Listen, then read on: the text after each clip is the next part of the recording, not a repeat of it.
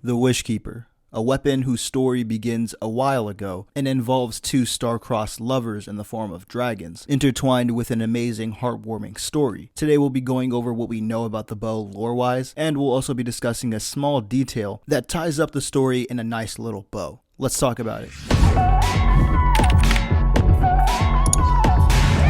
So thanks to light.gg, and with the weapon being already in Destiny's API, we get access to not only the bow and its perks and what it looks like in game, but also the lore tab entry for the bow. Now at first I wasn't sure about doing a video like this because the bow hasn't actually come out yet, but I asked you guys on my poll, and a majority of you guys said yes, you wanted to see it, so here we are. The lore tab entry for the bow reads as follows: Live, Taranis, Rivens mate. You will not hear our bones sing in dreams. You will not shelter under our wings. You will have to remember yourselves. Your sire was Riven of 1,000 voices. She who contracted with royalty.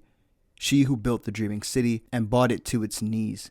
Your dam was Taranis, he who made the black garden his own. He who strangled his life for yours. He whose wish tricked Riven. Remember, I will not bargain with my children. Our lives are our gifts to you. Glut yourselves on them. Learn who you are, the clutch of your sire, the strongest, the wiliest, the sharpest clawed arbiters of reality, the clutch of your fool of a dam, never taken by another's will, never ruled by hunger without choice. Sing your songs, find those whom your wings would stretch out to shelter, O whims of my blighted heart, born of your eyes and teeth and will to power, live as yourselves.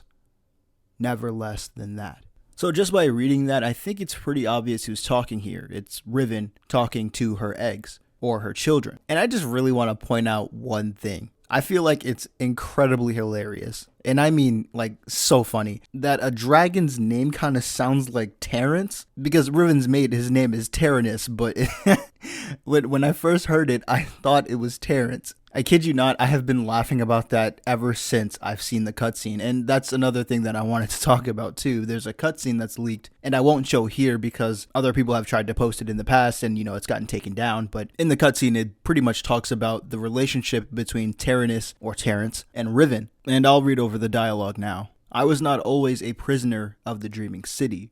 The Ahamkara were once free to roam its halls, and that's where I met Terrence. And Terrence, unlike me or others, cherished those who wished to him. Those who bargained with him were safe. It must have cost him. I found him intriguing, and my arch, my dreaming halls, my dance with the queen, in turn moved Terrence. Together we became the ebb and flow of the tide, and through him I glanced at a world without the tire of feeding and bargaining. Taranis invited me to his lair, a place where we couldn't be found, in the ontology of the Black Garden. My joy of turning desire into woe faded for one rapturous moment. We made many successes together. We built secrets together. And then came your great hunt of the Ahamkara. The queen took my freedom under guise of protection. Terrence and I were forever separated, but we could still whisper to one another in the space between. At least until a king arrived and made a bargain that I could not refuse. I became both king and dragon. I spoke with his voice, and Terrence knew that. So he did that which our kind must never do, grant his own wish at the expense of his existence. A wish to keep the eggs out of harm's reach until somebody could protect them. Someone like you, his wishkeeper. So, of course, Riven had a mate. It kind of seems natural that a dragon would have one given the situation that we are in, chasing down her clutch. The story takes a turn for the worse, though, as the Great Hunt commences, and Riven is taken to be protected by the Queen. Then comes along Oryx to take Riven partially, and between this, the Great Hunt, and Marasov, Terrence knew that things were going to be, at least for the eggs, dire, to say the least. In fact, if the Guardians were to find those eggs, they'd most likely just wipe them out completely, the entire clutch. So the only solution, seemingly, was to give his life for his children, becoming Dad of the Year in the process. Now, while it is true Ahamkara transcend death, it's also obvious that their physical forms can be decayed or destroyed, and the remains of Terrence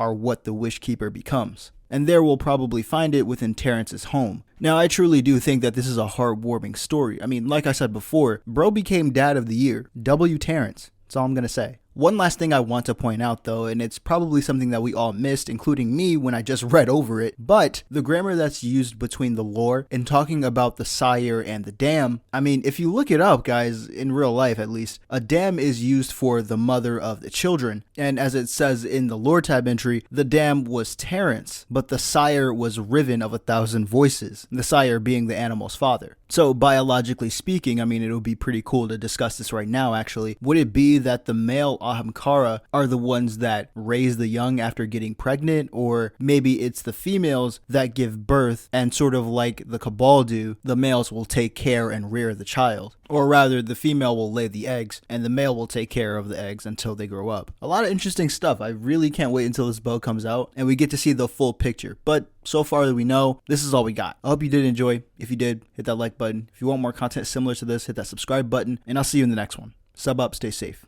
and peace.